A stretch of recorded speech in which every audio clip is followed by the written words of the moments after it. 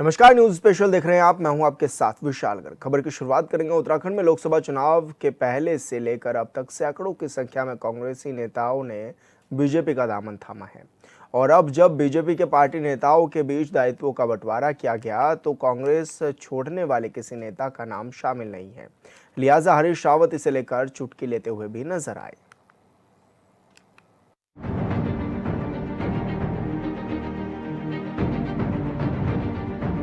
इनके जाए का असर पड़ रहा है। कुछ लोगों ने जो बातें उठाई हैं भाजपा के अंदर, जहां लोकतंत्र कतई नहीं था।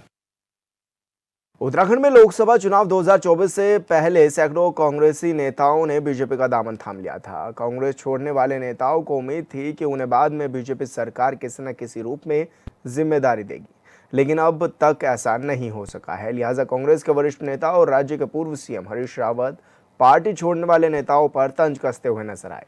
हरीश रावत का कहना है कि कांग्रेस में तो नेताओं को खुलकर बोलने की आज़ादी थी, लेकिन बीजेपी में कोई नेता कुछ बोल नहीं सकता है तो उसे पार्टी बाहर का रास्ता भी दिखा देती है अगर कोई ज़्यादा बोलता है तो। दरअसल धामी सरकार के ने पार्टी के 18 और कार्यकर्ताओं के बीच दायित्व का बंटवारा कर दिया है। इससे पहले 20 नेताओं को जिम्मेदारी दी गई थी और अब 18 नेताओं को और जिम्मेदारी दी गई है, यानी कुल 38 नेताओं को पार्टी ने दायित्व सौंप दिए हैं, जिसमें एक भी वैसा नेता नहीं है जो कांग्रेस छोड़कर बीजेपी में शामिल हुआ था।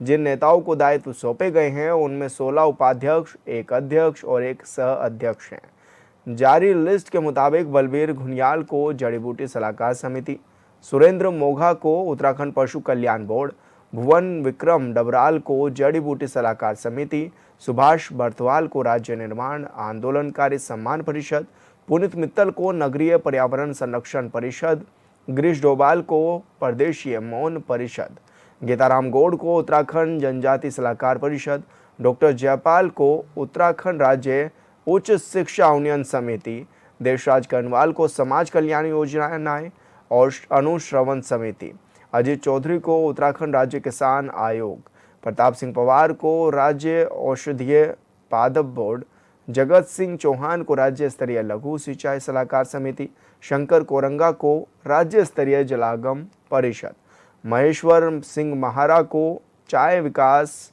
सलाहकार परिषद, नवीन वर्मा को वरिष्ठ नागरिक कल्याण परिषद और अशोक नबियाल को उत्तराखंड जनजाति सलाहकार परिषद का उपाध्यक्ष बनाया गया है।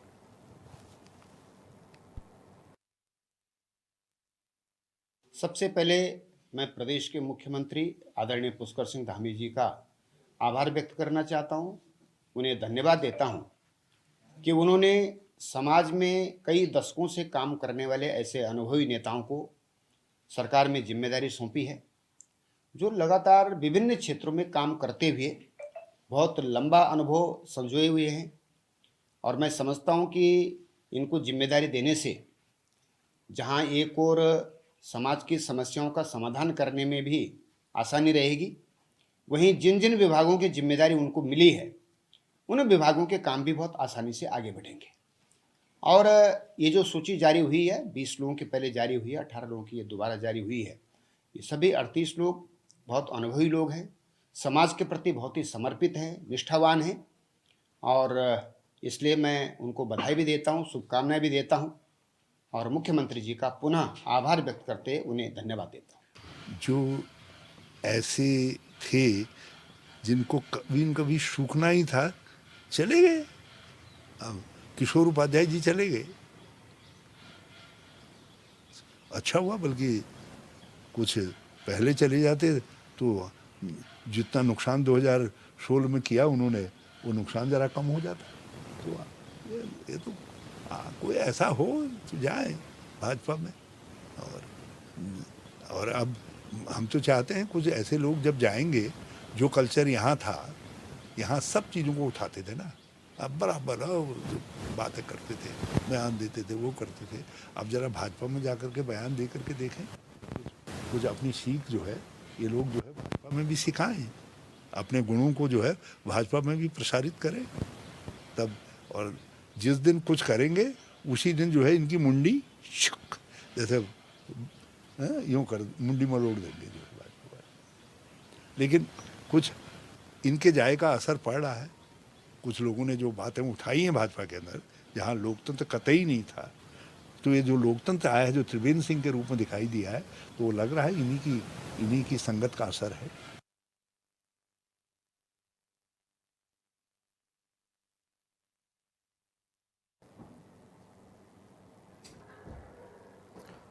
तो आपको बता दें कि बीजेपी ने 18 और नेताओं को बड़ी अहम जिम्मेदारी सौंपी है। हालांकि इससे पहले भी 20 नेताओं को दायित्व सौंपा गया था। 18 में से 16 को उपाध्यक्ष बनाया गया है, एक को अध्यक्ष बनाया गया है और एक सह अध्यक्ष भी बनाए गए हैं।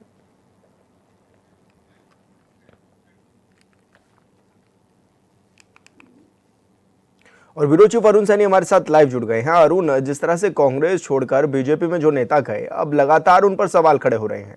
एक तरफ बीजेपी कह रही है कि सभी नेताओं को जिम्मेदारी दी गई जो अनुभवी लोग हैं, तो वहीं दूसरी तरफ हरीश रावत चुटकी लेते हुए भी नजर आ रहे हैं। क्या कुछ ये पूरा मामला भी है कि और किस रूप में इसको देखा भी जा रहा है?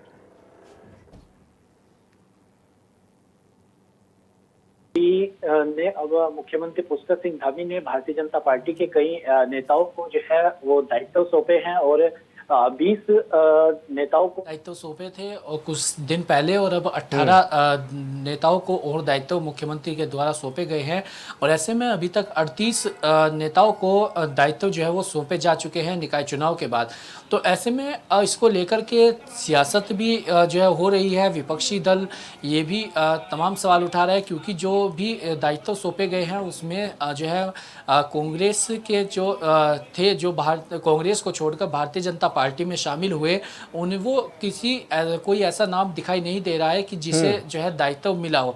तो ऐसे में कहीं ना कहीं कांग्रेस छोड़कर के जो भारतीय जनता पार्टी में गए थे, क्योंकि लोकसभा चुनाव में भी बड़ी संख्या में जो कांग्रेसी भारतीय जनता पार्टी में गए थे और निकाय चुनाव में भी कांग्रेसी भारतीय जनता पार्टी में बड़ी संख्या में गए थे, तो ऐसे में तो तब उन्हें ये भी कहा गया था और भारतीय जनता पार्टी के संगठन के द्वारा चर्चाएं भी थी कि कहीं ना कहीं मौका जो है उन्हें वो जरूर दिया जाएगा।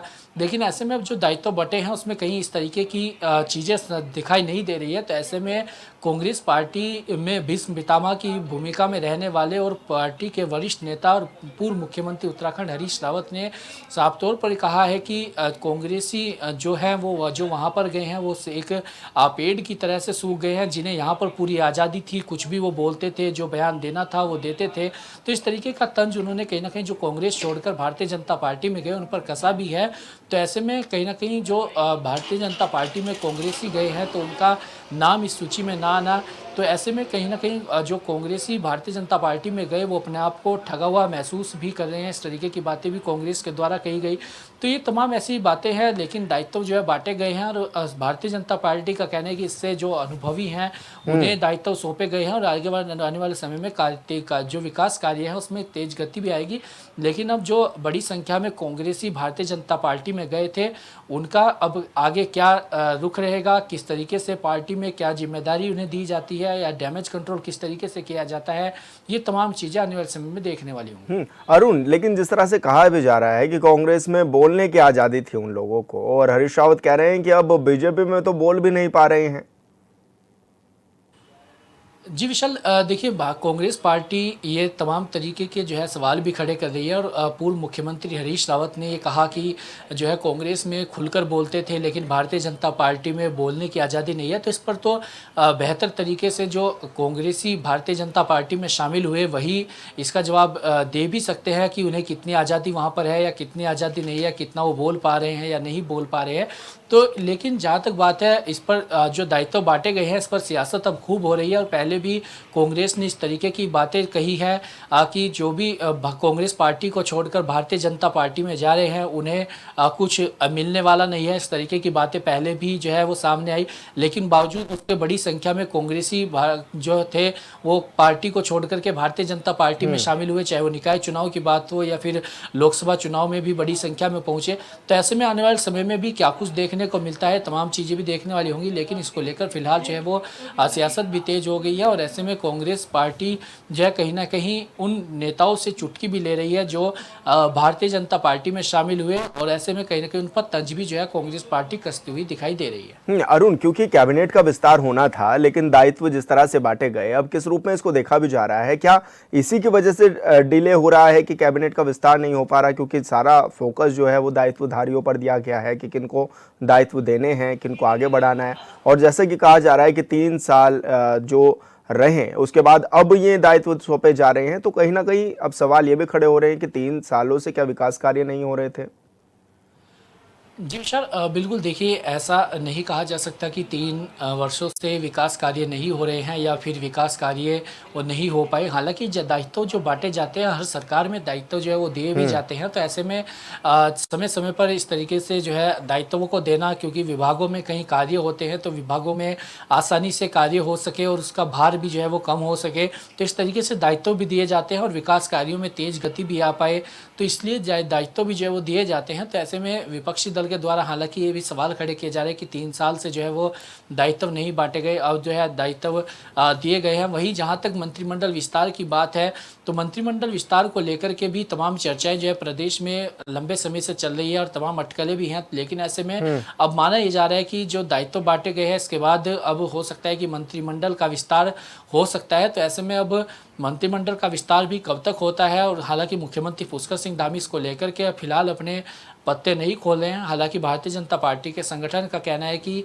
केंद्र से जो जैसे ही अनुमति मिलेगी उसके बाद जो है मंत्रिमंडल का विस्तार होगा। तो ऐसे में केंद्र से कब अनुमति मिलती है और कब प्रदेश में मंत्रिमंडल का विस्तार होता है, जो तमाम अटकलें मंत्रिमंडल विस्तार को लेकर के चल रही हैं या विपक्षी दल भी जो सवाल खड़े कर रहा है, उन सभी पर कब तक विराम लगता है, तमाम चीज़ें देखने वाली। बिल्कुल अरुण, आप बने रहिए हमारे साथ। हमारे साथ शिषपाल बिष्ट जी जुड़ गए हैं, प्रवक्ता हैं कांग्रेस से, और साथ ही सचिन जी भी हमारे साथ जुड़ गए हैं, प्रवक्ता है बीजेपी से। सचिन जी, बहुत स्वागत है आपका HNN पर, और शिषपाल जी आपका भी बहुत स्वागत है। शिषपाल जी, सबसे पहले मैं आप ही के पास आऊँगा। जिस तरह से अब आप कह भी रहे हैं कि जो नेता गए थे, एक उम्मीद थी, उनका नाम नहीं इस लिस्ट में है, 2 लिस्टें आई, दोनों ही लिस्ट में उनका नाम नहीं है। किस रूप में आप लोग इसको देख भी रहे हैं, क्योंकि आपके जो बड़े नेता हैं वो इस पर चुटकी भी लेते हुए नजर आ रहे हैं?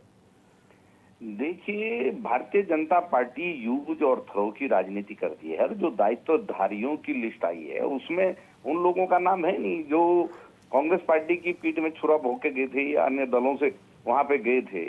जब ये इनको जरूरत होती है किसी नेता की, कार्यकर्ता की, तब तो ये बड़े बड़े वादे करके ले जा लेते हैं।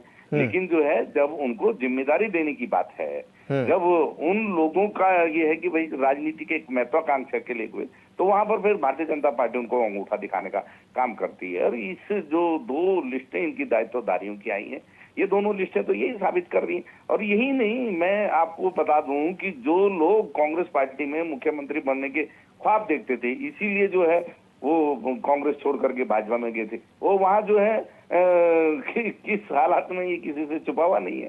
तो ये उन लोगों के लिए सबक भी है जो अपनी मां समान पार्टी की पीठ में छुरा भोग करके अवसरवादिता की तलाश में जो है सत्ता की गोद में बैठ जाते हैं। और सत्ता उनका किस तरीके से इस्तेमाल करती है, किस तरीके से जो है उनका उपयोग करती है और उनको जो है किसी लायक का नहीं समझती है, वो तो जो है उनका जो है अपने लिए तो पूरा उपयोग करेंगे। लेकिन ऐसे लोग अब जो है वहां जा करके निश्चित तौर पर पछता भी रहे हैं। और कोई तो मैं ऐसे लोगों को गिना दूंगा जो कांग्रेस पार्टी में विधानसभा टिकट मांग रहे थे और कह रहे थे कि साहब हमें विधानसभा टिकट नहीं दिया, हम इसलिए चले गए। वहाँ पार्षद तक का टिकट नहीं मिला उनको, दायित्वधारी की बात तो दूर की बात है, पार्टी संगठन में जिम्मेदारियां नहीं मिली है। ऐसे लोग जो यहाँ ऑल इन वन थे, तो ये अवसरवादी लोगों के मुंह पे तमाचा भी है और उनके लिए एक सबक भी है कि आप अगर अपने उस दल के साथ छल करोगे जिसने आपको पाल पोस करके मान सम्मान दिया, इतना आगे बढ़ाने का काम किया, और आप सत्ता के लालच में भले ही चले गए हो,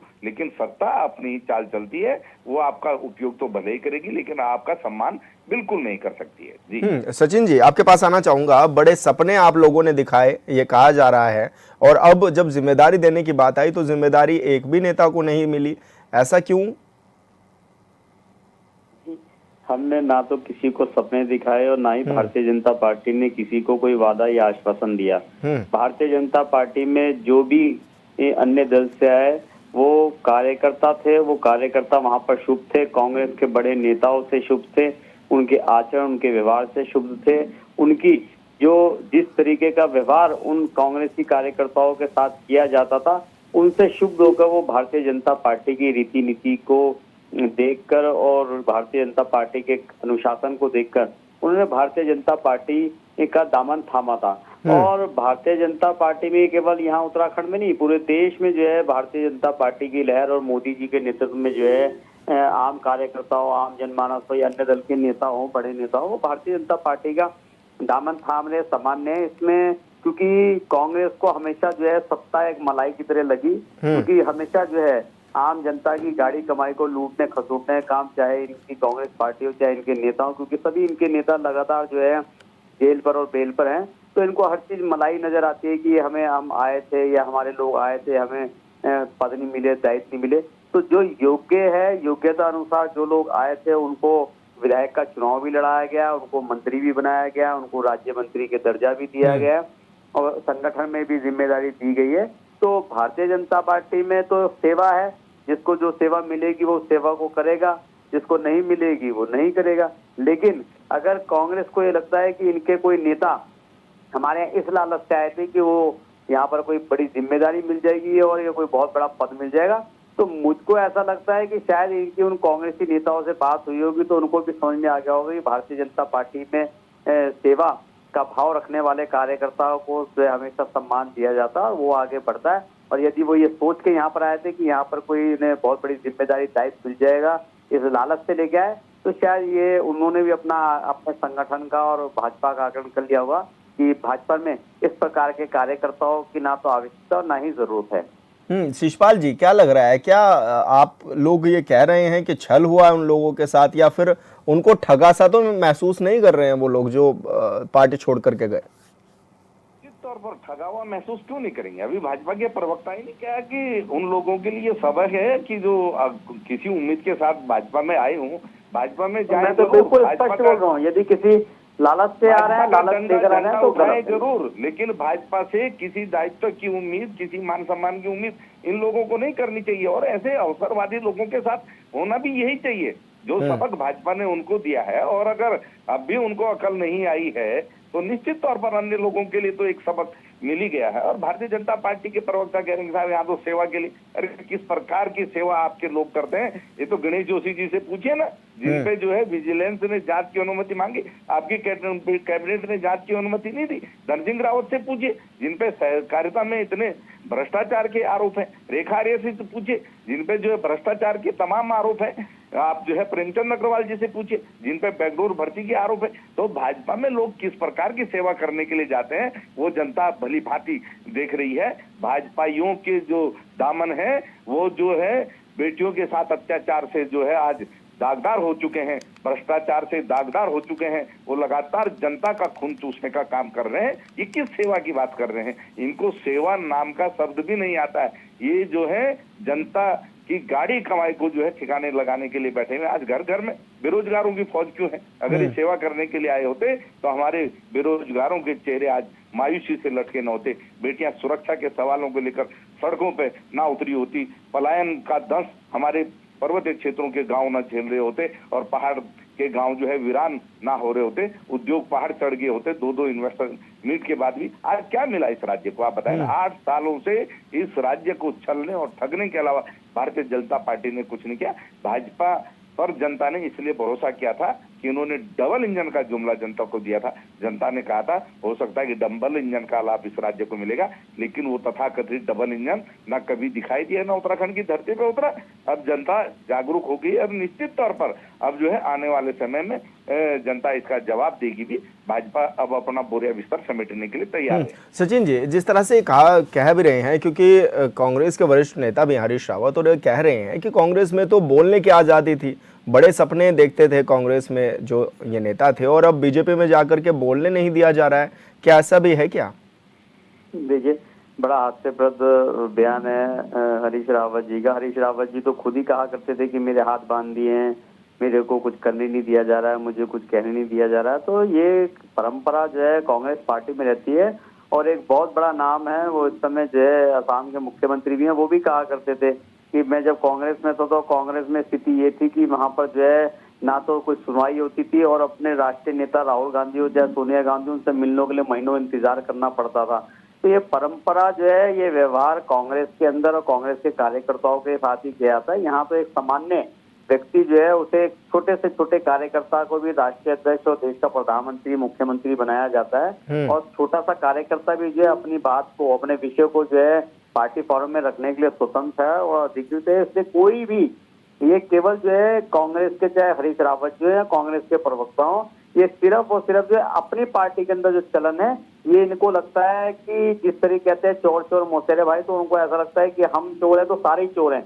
तो इसलिए ये कम से कम मैं इनको ये जरूर कहूंगा कि जो इनके मित्र भारतीय जनता पार्टी में आ गए, जरा उनसे पूछे कि भारतीय जनता पार्टी में किस तरीके का अनुशासन है, भारतीय जनता पार्टी में किस तरीके का व्यवहार है, भारतीय जनता पार्टी में किस तरीके से एक छोटे से कार्यकर्ता की भी जो है सुनवाई होती है और किस तरीके से जो है एक छोटे कार्यकर्ता को भी जो है बड़ी से बड़ी जिम्मेदारी दी जाती है। तो इससे हरीश रावत जी एक बड़े नेता हैं, बड़े सुलझे हुए नेता हैं, लेकिन मुझे ऐसा लगता है कि वो शायद जो है अपनी पार्टी की जो व्यवस्था है, उन लगता है कि दूसरी जगह भी ये व्यवस्था चलती है, तो ये उनको शोभा नहीं देता है। भारतीय जनता पार्टी निरंतर, आज अगर विश्व का सबसे बड़ा संगठन बना है, आज अगर भारतीय जनता पार्टी की देश के जो अधिकतम राज्यों में सरकार है, 3 बार हम नरेंद्र मोदी जी के नेतृत्व में जो है देश में सरकार बना चुके हैं, प्रदेश में हम 2 बार मुख्यमंत्री पुष्कर सिंह धामी जी के नेतृत्व में सरकार बना रहे हैं। तो इसका मतलब है हमने धरातल पे काम किए हैं, हमने जनता के बीच में जाके काम किया है, हमने जनता के हित के काम किए हैं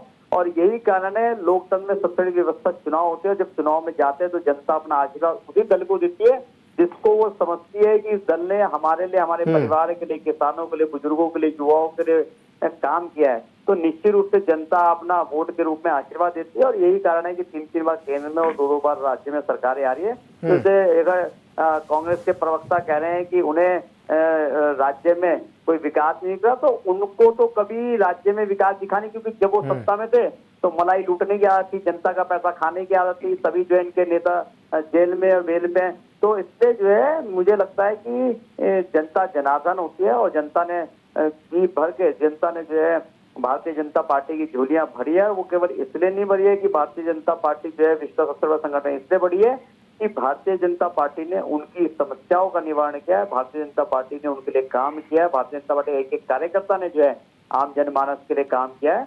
तो निश्चित रूप से कांग्रेस को विकास नहीं दिखता, तो भारतीय जनता पार्टी इस बात की परवाह नहीं करती, लेकिन हमने जनता से जो वादा किए हैं उन वादों को पूरा करने के लिए भारतीय जनता पार्टी और भारतीय जनता पार्टी का एक कार्यकर्ता वचनबद्ध है, उसको पूरा करने के लिए लगातार निरंतर जो है जनता के लिए काम कर रहे हैं। अच्छा शिषपाल जी, क्योंकि 38 नेताओं को दायित्व सौंपे गए और 3 साल बाद सौंपे गए, तो क्या लग रहा है कि पहले जो क्योंकि ये भी कहा जा रहा है कि अब विकास कार्यों में तेजी आएगी, तो क्या इससे पहले विकास कार्य नहीं हो रहे थे क्या? 3 साल लग गए जो। देखिए, भारतीय जनता पार्टी कोई भी काम स्वार्थ के बिना नहीं करती, राजनीतिक नफा नुकसान देख के ही वो करती है। उसको पता है कि भाजपा में इस समय जो है बहुत से ऐसे नेता हैं जो असंतुष्ट हैं और लगातार अपनी उपेक्षा से नाराज हैं, क्योंकि अब आने वाले विधानसभा चुनाव सिर पे आने वाले हैं। तो ऐसे में उन्होंने अपने लोगों का मुंह बंद करने के लिए दायित्व जरूर दिए हैं, लेकिन इसका लाभ अब जनता को क्या मिलेगा? आप पिछले 3 साल से तो कुंभकर्णी निद्रा में सो रहे थे। और वैसे भी आप देखिए कि जहां पर इनको मंत्रिमंडल का विस्तार करना चाहिए, जिसका लाभ सीधे प्रदेश की जनता को मिलेगा, वहां ये मंत्रिमंडल का विस्तार नहीं कर पा रहे हैं, क्योंकि इनके घर में कलह मची हुई है। पूर्व मुख्यमंत्री और वर्तमान मुख्यमंत्रियों में जो नूरा कुश्ती चल रही है, उसी का नतीजा है कि मंत्रिमंडल का विस्तार नहीं हो पा रहा। और ये बहुत ज्यादा अभी बोल रहे थे कि साहब कांग्रेस में तो बोलने की आजादी नहीं है, कांग्रेस में ये है वो है। अरे आपको याद दिला दूं, आप ही के वर्तमान मुख्यमंत्री हैं धामी जी, उन्होंने एक बयान दिया था कि जो मछली मुंह खोलती है वही कांटे में फंसती है। तो आप सीधे सीधे भाजपा के नेताओं कार्यकर्ताओं को धमकाने का काम करते कि चुपचाप चोंच बंद करके बैठे रहिए, अगर चोंच खोलोगे तो ठिकाने लगा दिए जाओगे। और वही जो घुटन है वो उसी का नतीजा है कि भाजपा आज अंतर कलह से जूझ रही है और इनके पूर्व मुख्यमंत्री और हरिद्वार के सांसद को लोकसभा में सरकार के भ्रष्टाचार की पोल खोलनी पड़ रही है।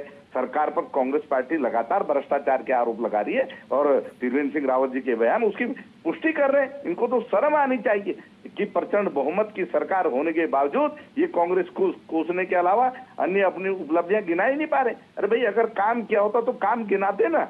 दो तरफा जो है विफलताएं हैं सरकार की, पहाड़ के गांव वीरान क्यों हो रहे हैं? आप बताएं ना, लगातार पलायन क्यों हो रहा है? कल ही आप देखिए पलायन निवारण आयोग की रिपोर्ट आई है, उसने जो है शिक्षा व्यवस्था की पोल खोल के रख दी कि राज्य में जो है शिक्षा व्यवस्था के बुरे हाल है। हजारों स्कूल ऐसे हैं जहाँ अध्यापक नहीं है, जहाँ अध्यापक है वहाँ बच्चे नहीं है। आखिर ये स्थितियां क्यों है डबल इंजन की सरकार में? अगर इतनी विकास की गंगा बहा दी तो आप ही के द्वारा गठित पलायन आयोग इस प्रकार की रिपोर्टों क्यों दे रहा है? 204 पेज की रिपोर्ट है। सचिन जी को उसको जरा फुर्सत लगा करके पढ़ना चाहिए, तब इनकी आंख भी खुलेगी कि इनकी सरकार में हो क्या रहा है। जी बिल्कुल शीशपाल जी, सचिन जी बहुत शुक्रिया, आप दोनों मेहमान हमारे साथ जुड़े, आप दोनों ने अपनी बात रखी। अरुण आपका भी बहुत शुक्रिया। और न्यूज स्पेशल में मेरे साथ इतना ही। आप देखते रहिए HNN 24/7। नमस्कार।